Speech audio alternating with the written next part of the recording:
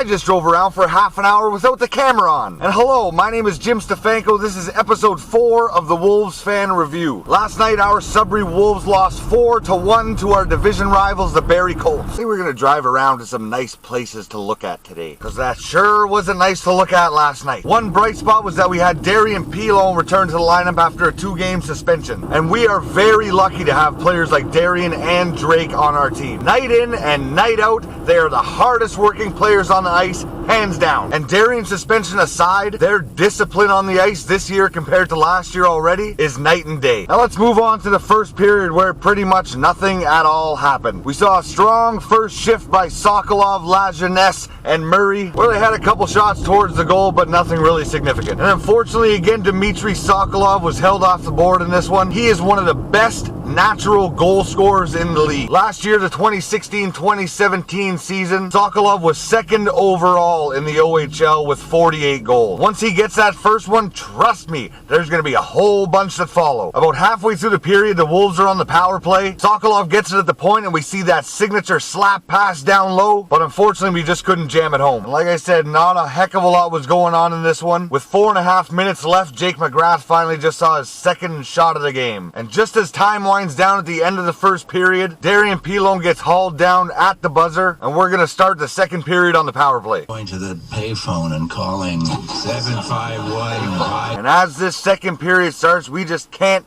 get a thing going on the power play. And I'm not sure if that's attributed to Barrie's defense or to the fact that we're just not making strong tape-to-tape passes. I think we got one shot that whole power play, and we're in the Barrie zone for a total of 20 seconds. But wait! Seconds after the Barrie penalty expired, Owen Gilhula strips the Barrie defender of the puck, takes a shot, gets his own rebound, and pops the water bottle. We're up 1-0. Come on! About 10 seconds later, Barrie takes another penalty, and just like last time, nothing really happened. I much prefer the way we were playing 5-on-5. Getting back to 8 minutes left in the second period, a Barrie player gets his hands up in the face of Sorrentis. Wolves are back on the power play, and nothing happened. Sudbury took a penalty moments after that one expired, and on a weird play in front of the net, the puck got deflected, McGrath slid out of position a little bit. Both Rhodes and a Barrie player that were battling for position in front of the net ended up inside the net. The puck gets poked past McGrath and past the red line. We are tied up at 1. But wait! The referees decide to review the play for what seemed like, to me, goaltender interference, but it was still ruled a goal. With about 3.5 minutes left in the second period, once again, Sudbury goes on the power play. And lots of things were actually happening on this one. Pizzetta, Levin, Sokolov, Lajeunesse all had good chances on this one, but still nothing to show for it. And this time, as the Sudbury penalty expires, the Barrie Colts spring the guy out of the box. He's got a clear-cut breakaway, and big save by Jake McGrath. Didn't really look like he got all of the shot, but regardless, never understood the point of walking with ski poles. Is it just to keep the arms moving? Stability? Support? We end the second period tied at 1. 2 minutes into the third period, Wolves get another power play. Surprise, surprise, nothing happened. A few minutes later, Lajeunesse is in the offensive zone and gets bear hugged down to the ice, but somehow no call. Play comes back the other way, and Sorrentis taps the glove of a Barrie player, and we get called for slashing. Wolves managed to kill the penalty without any damage, and I guess the referee felt bad for his call on Sorrentis, because Barrie took a weak holding penalty. Anybody want to take a guess what happened on our power play? Nothing.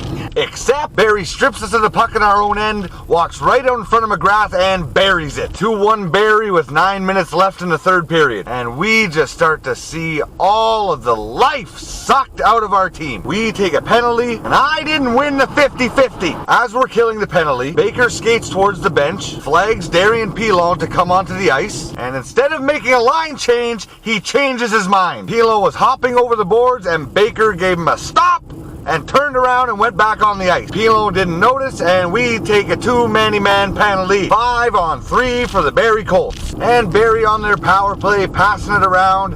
One-timer, scores. 3 seconds left in the first penalty, and at about 5 minutes left in the game, we are down by 2. We managed to kill off the second penalty, but these last 3 minutes drove me insane. There are 3 minutes left, and we are down by 2 goals. There is plenty of time to score. But we're just hanging out with the puck like, la-di-da. Oh, I don't need the puck. No, you have it. Oh, is that a rainbow? Hey guys, I was thinking about sushi after the game. How about you? We are just floating around like nothing matters. And I'm mentioning this now because I had to count how many times this happened. But Barrie beat out the icing call 4 times in this game. That's 4 times we were just too lazy or scared to get the puck. Wolves pull the goalie, Barrie picks it up, scores an empty netter. We lose 4-1. Now let me just talk to you guys for a second. I know that it looks like all I do is crap over the Wolves every game. And so far, that's pretty much all it's been. But I come to this arena every week with the confidence that we're going to win the game. I'm a die-hard Wolves fan, and I have been since I was a kid. I don't have this tattooed on my arm for no reason. I know I come off harsh with this, but it's because I'm truly passionate about this team and hockey in general. Should see me watch my Leafs. I get frustrated because I know our team has the skill to win games, and I know the players on the ice feel the same way. And I want to give a quick thanks to SUDBURY.com for sharing my write-ups and my videos, and just giving me a platform to share my opinion with everybody else. And a good buddy of mine, Mike Cormier, met up with us at the game last night. He works at Kia Sudbury, and he's actually the one that sold me this Forte. And he was just telling me how cool he thinks it is for somebody to be doing these kind of videos. He gave me a gas card and just told me he wanted to help out. He didn't ask to be shout out in this video, but he definitely deserves it. So Mike, thank you very much. That was completely unnecessary, but very appreciated. So this Sunday, October 1st, we play the Sioux Greyhound, a team that we smashed twice in the preseason. And I am confident we can do it again. So go ahead and click like on the video if you enjoyed it, and hit subscribe to get notified when the new video comes out. My name is Jim Stefanko. This was episode 4 of Wolves Fan Review. We'll see you again after Game 5.